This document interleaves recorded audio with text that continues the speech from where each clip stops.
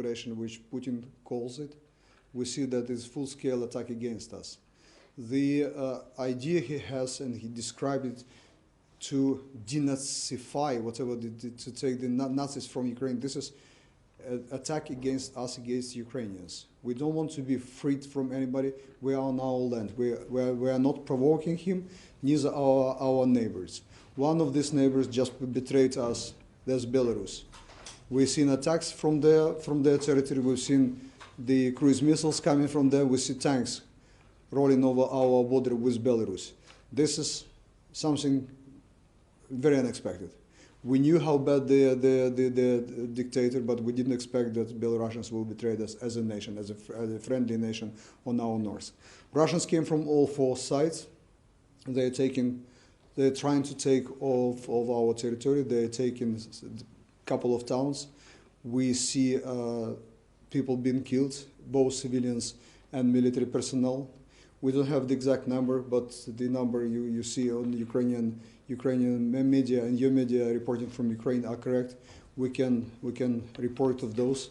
You can actually check our headquarters of Ukrainian armed forces to see the losses. But we're putting up a real fight. We're trying to get as many Russians to another world as possible as well. Tanks, helicopters, planes being shot down. We are defending our land. Unfortunately, some of the places very difficult to defend. They now block the whole sea. We can have access to the Black Sea and Sea of Azov. They started it and blocked it and formally explained it as terrorist attack in the Black Sea and the Sea of Azov, which, limiting our capabilities of bringing the reinforcement or even the supplies. One of the supplies we will need quite soon, quite critically. There is not just military supplies, but humanitarian supplies, the fuels, because they are targeting specifically fuel depots and the infrastructure, critical infrastructure, dams, bridges. Now they try it, and at the process we are fighting over the airfield of Antonov Air Design Bureau, which is 15 minutes, 20 minutes from Kiev, civilian airport belonging to Antonov Air Company. So that's more or less the situation right now on the ground. I'm more than happy to talk to you and have your specific questions. Thank you. Prime Minister, Sky News. Can I just ask you, the Prime Minister Boris Johnson, he is going to announce some tougher sanctions later today. What specific sanctions do you want to see? And are you disappointed that the SWIFT banking system hasn't come into play to be restricted? I prepared for each and every one of you. I'll give it to you. This is the list of sanctions. In the financial sphere only, you will have it by the end of this conversation, but the SWIFT is here as well. So you want the SWIFT system? We want SWIFT, we want the Russian Central Bank to be sanctioned. We have a list of very heavy sanctions. We believe that these sanctions, if they are introduced, will have Putin seriously to reconsider what he is doing. But it seems that SWIFT is not going to be introduced. As of now, we don't see it. I know that it was discussed. It was referred as very grave and hellish sanctions. But for many reasons, they are not introduced yet. I hope that after our conversations with the UK, we will see how the new sanctions updated. I just have another question, which is, you are facing one of the most powerful armies in the world. Do you actually need military support in terms of boots on the ground to be able to stand any chance to repel this attack? At this particular moment, we have enough people. We don't have enough equipment. So you need more equipment for yes, but we were quite open, and I myself was quite open, telling that at a particular time when our existence as a nation, as 40 million nation, would come to real question, we will ask everything on top of equipment support, financial support, fuels, humanitarian aid, everything we've been already discussing. Greg Mackenzie from BBC News. And in terms of the British government and the wider community, you kind of answered it just there. What more do you want to see in terms of this coming to an end? We wanted something which only NATO can provide. We wanted no-fly zone over Ukraine. This is very serious, very professional military talk, which we have to have with your people, with the rest of NATO allies. It is very serious, dramatic move. I'm not pre-telling right now what would come as a result of this conversation, but this is radical conversation. We'll have to talk. Everything else we're discussing right now. Our ministers of defense will talk in around 4 or 5 hours. We will just hand it over the request of some particular equipment. We are using, by the way, those equipment which was provided by you, and loves were used today, Bayraktars were used today to destroy our Russian tanks and armored vehicles. And do you think he can be stopped? We hope, all of us hope, that he will be stopped. The losses are already unbearable, at least for us. Maybe he can survive these losses. Maybe his society is not prepared, like ourselves, to cherish each and every life. For us, it's very painful. And just lastly, in terms of you being here and not in Ukraine, and the future for you, maybe the possibility that you might never be able to go back. How does that feel? We haven't been considering. We have we had the meeting today at the embassy because all of us have their families back, the parents, the brothers, sisters. It's very painful for us. At the same time, we know how many of your nationals are in Ukraine right now. We are in consultation with your governments how to get these people out, how to help those citizens, and even Ukrainian citizens who are members of the family. So this is a very painful and very difficult conversation we have to have right now to find out how we can help them. Don't forget that the sky is closed.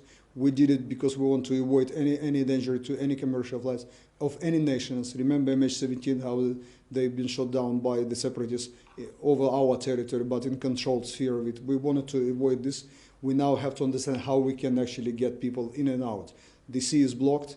We have only, that's the western borders of Ukraine land bridge. And Ambassador, are you expecting any more escalation in Kiev itself, other than what we've seen so 15 far? minutes from Kiev, this airport, if they take over this airport, they will use it for the paratroopers and heavy ammunition, heavy tanks to get, because from the border by land, you will have to cross 100 kilometers of well defended roads and the fields. And Ukrainians are fighting right now. They are close to Kharkiv, which is second biggest city. They took a couple of smaller towns on the south of Ukraine. They came from Crimea, where they stationed, because we allowed them in 1991 to stay until 2017.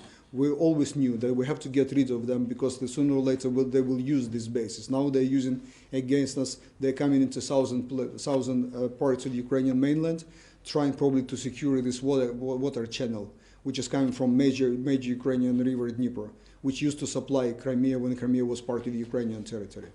So you are expecting Russian ground forces, if they can manage, you are expecting them in the capital, in Kiev? We talked with our government, with our ministers, and the situation in Kiev as well. These groups of saboteurs, even police, the internal forces, the National Guard. It's not just for the armed forces. They're fighting with them now.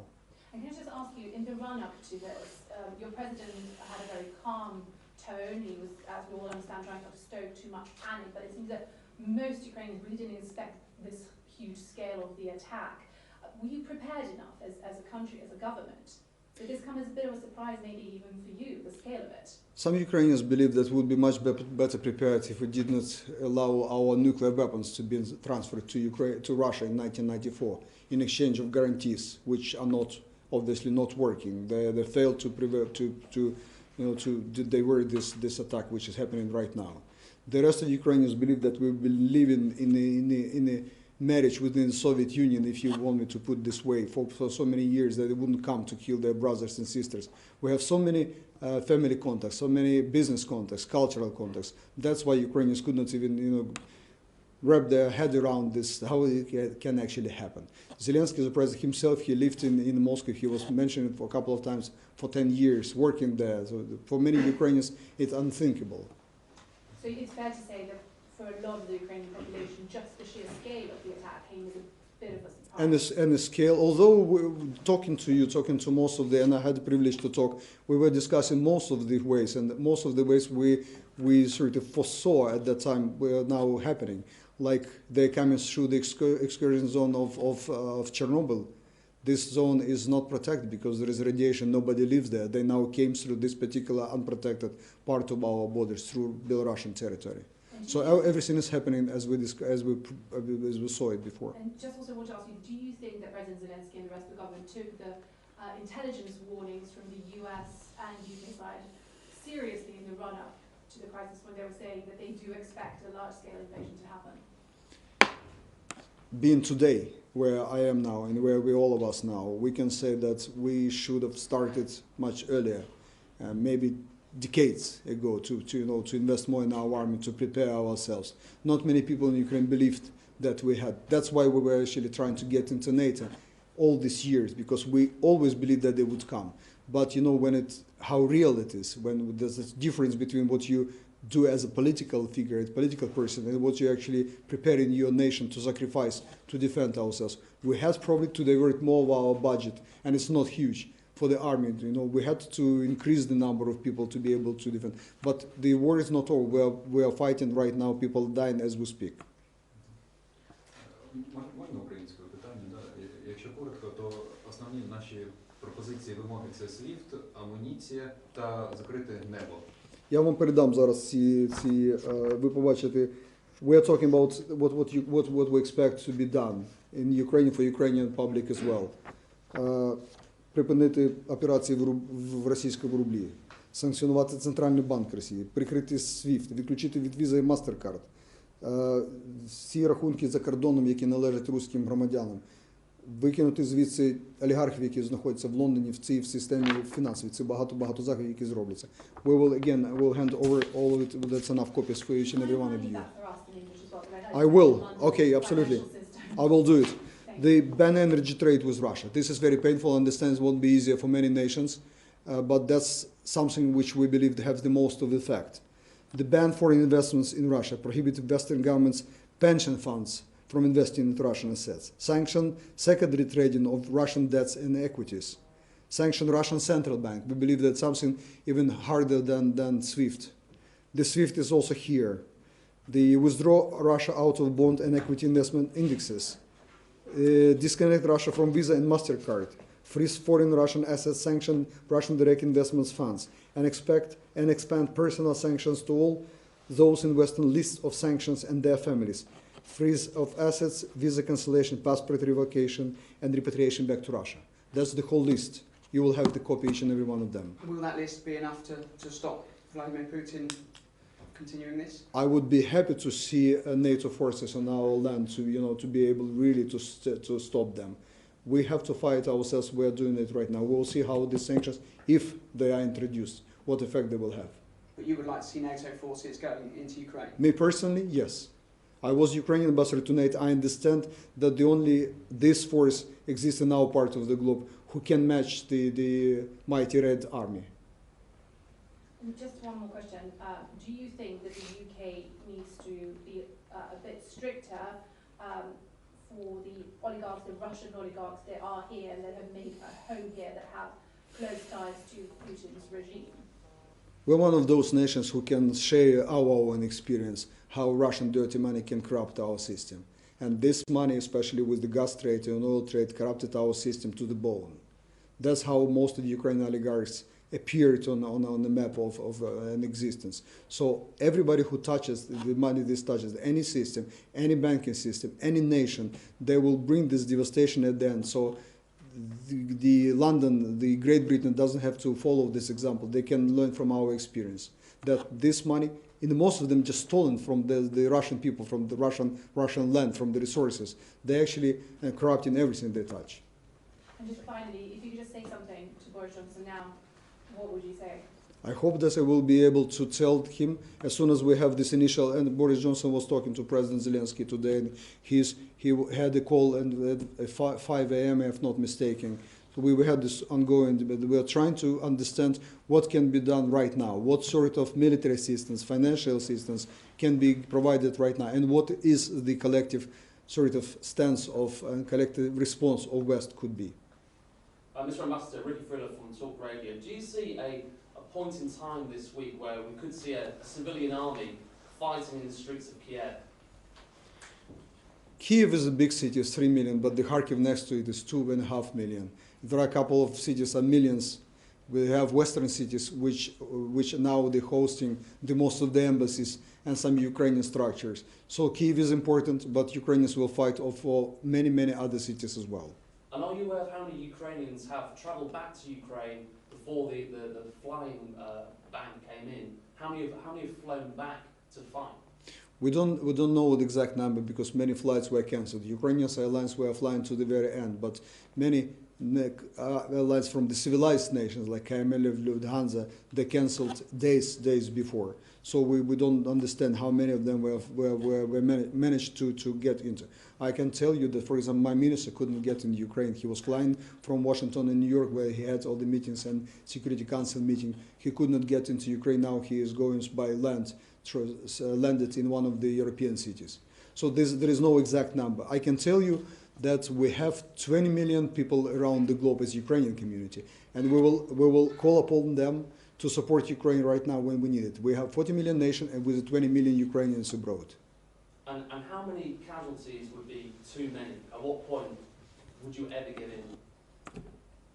We're quite resilient people. We've been through artificial famine. We've been through Chernobyl. We suffered a lot after the Second World War and within all the wars. This land sometimes called the bloodlands of Europe. So people suffer for all their existence. They are quite resilient. They know how to fight. Unfortunately, they also know history of being dying too. PA Media, what do you think Putin's endgame is? I believe that he wanted to get Soviet Union back, and for this he won't stop at anything. Now he has Kazakhstan and Belarus. By the way, two more nations which signed the Budapest Memorandum, giving up the nuclear weapons, which ended up in their territory when Soviet Union collapsed. Now all of these promises have been broken, and Russia is now getting to these nations back to get them onto the new project. I don't even know how Putin wants to call it. In his recent remarks, he was messing up the Russian monarchy, Russian Empire, Soviet Union. That's the same, more or less the same for him. It's also the same for us. We also consider it as a Russia, just in different projects. Whatever the new project will be called, we don't know, but we understand that the same Russia is getting back and trying to get this territory of Slavic tribes. And he believes for some his personal reason, and you probably heard this amateurish lesson of history, that how he hated us, calling us a historic mistake which has to be fixed. Mr. Ambassador, ITV News. Are you disappointed with Boris Johnson and other Western leaders for not intervening earlier and not ensuring that this didn't get to this point already? Should they have been doing more in the months previous to stop this from happening? I'm disappointed with many Western leaders. I'm not disappointed with the response I'm receiving here. And not from just government, but also I had today a chance to talk to the leaders of opposition parties, at least two just ended up. And this is a very unique moment when having all the differences, and we're observing as diplomats all the difference in political differences here, but they all united in supporting Ukraine. That's what we see, and that's what they're talking again. They're recognizing that this is a unique moment when the whole politicum of United Kingdom is united behind this support to Ukraine. What more do you think Boris Johnson needs to be doing at this point to ensure that things don't escalate further beyond sanctions? I believe that what is dramatically needed is coordination. We are coordinating on a very high level. Our leaders are talking to each other, and by the end of the day today, our ministers, both ministers of defense and foreign affairs, will talk to both ministers of defense and foreign affairs, and they will be able to create. I need personally, as ambassador here, more coordination on the level of tactical level right now, right here, through this embassy. That's because we receive all the requests we need right now, and something is needed from your side, like this British nationals, to be able to be evacuated. What the channels, how we can get humanitarian aid in Ukraine. All these things have to be resolved right now, right away. That's where we can actually really ramp up the cooperation. Ambassador, Sky News again. How long can Ukraine sustain the conflict financially, militarily? Are we talking months? Are we talking years? Are we talking weeks? At last war, Ukraine was totally occupied by Nazis. We never stopped the guerrilla war. Partisans were operating all this long 5 years. I don't know how long Ukrainians will have to suffer again, but people are really motivated, to fight to the last one of us. And over these 8 years, it's not something new to us. We already lost by this day 13,500 people. I'm just scared to consider what the new number is, to see it. But Ukrainians were fighting. We have so many people went through it, both men and women. Where war is not discriminating in our case. So 500 veterans are already. We have lines of people to sign up for the army. And in the supermarkets, you can see that the shelves with the bread are full, but in the hunting supermarkets, we're scared. We don't see any bullets, any cartridges. People are taking this first. They are preparing to fight to the very end. We will see how we can avoid this. Nobody wants to have it on our soil. We don't want to kill Russians. They come to our place. We didn't provoke them. We didn't want anything at all, even their gas. We don't need anything from them. And just on the supply issue, with the sea route blocked and the western route being the only available one, how jeopardizes that route from shelling and from other Russian forces? That's what we will have to provide, talking to our Western partners. And we're already doing mostly with our Polish friends. And this is friendly nation, our neighbor, and our same tribes talking almost the same language. It's easier to understand. And this nation was suffering from Russian occupation, invasions through all our history. So we know to whom we can address and we know who will be able to stand with us. What do you need them to do? We need them to provide, to help us to secure this corridor. So militarily to provide? They will do it on their side anyways. They're scared because Russians are getting closer to them. They are already, Poles are preparing right now as we speak. We're not expecting them to come over and help us in our lands, but they will have to reinforce their own borders, that's for sure. And NATO is supporting them. Your people, your military personnel in Romania, in Estonia, in Poland. But unfortunately, we are not a part of the family. That's the craziest thing. Are you frustrated that you haven't been made part of the NATO family, despite the efforts? And obviously something. I spent my professional life trying to get into. Before the Bucharest summit, I was one of those negotiation team to NATO before 2008, and was ambassador to NATO. I understand that's the only chance for us to survive. And I'm not blaming anybody. We are to blame first. We should have done better to be now a part of the family and expecting that somebody will help us at the time of need. It's not like we want to get NATO engaged in conflict, but we wanted to have the same level of security as your people on the streets are, enjoying. Thank you. Thank you very much. This is the paper. You don't have to take notes. This is papers for you. Thank you. Thank you.